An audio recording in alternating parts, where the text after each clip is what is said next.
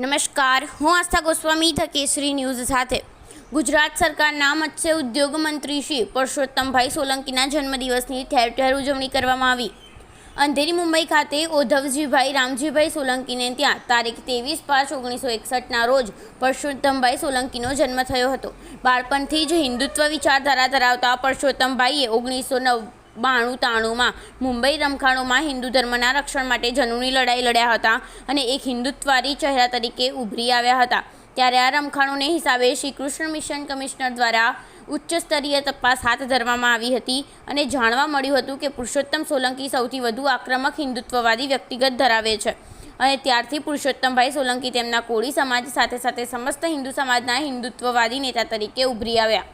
બાળપણથી જ પીડિત લોકો માટે સંઘર્ષમય જીવન જીવતા પરસોત્તમભાઈ તેમના નાના ભાઈ હીરાભાઈ સોલંકી અને પરિવાર સાથે મુંબઈ ખાતેનો કારભાર તેમના નાના ભાઈ ભરતભાઈને સોંપી ગુજરાતના ભાવનગર ખાતે આવી ગયા.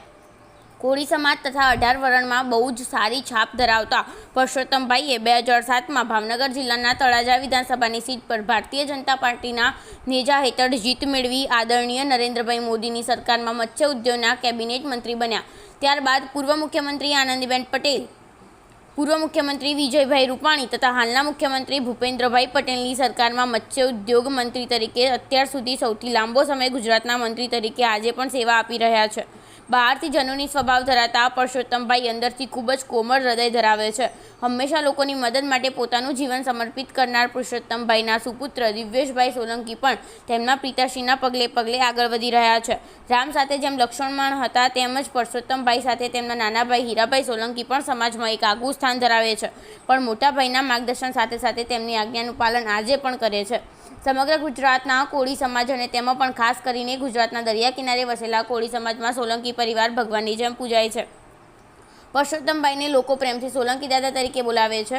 23 મે 2024ના રોજ પરસોત્તમભાઈને જ્યારે 65 વર્ષમાં પ્રવેશ કર્યો છે ત્યારે જાફરાબાદના અશોકભાઈ બારૈયા સહિત ગુજરાતભરના કોળી સમાજના આગેવાન ભાઈઓ બહેનો તથા યુવાનોને હર્ષોલ્લાસ સાથે પરસોત્તમભાઈને શુભકામનાઓ પાઠવી રહ્યા છે. સાથે આજ રોજ ગાંધીનગર, ભાવનગર, જાફરાબાદ, દમણ તથા અનેક જગ્યાએ સેવાકીય પ્રવૃત્તિઓ સાથે મંત્રી શ્રી પરસોત્તમભાઈ સોલંકીના જન્મદિવસની ઉજવણી કરવામાં આવી હતી. ગુજરાત સરકારના રાજ્યકક્ષાના મંત્રી શ્રી પરસોત્તમભાઈ સોલંકીને કેસરી દૈનિકના તંત્રી સુનિલ નાવાણી, ગાંધીનગર બ્યુરો ચીફ સંજય પંડ્યા, ઉત્તર ગુજરાત બ્યુરો ચીફ પિયુષ વ્યાસ તથા કેસરી દૈનિક અખબાર પરિવાર પણ હાર્દિક શુભકામનાઓ પાઠવી.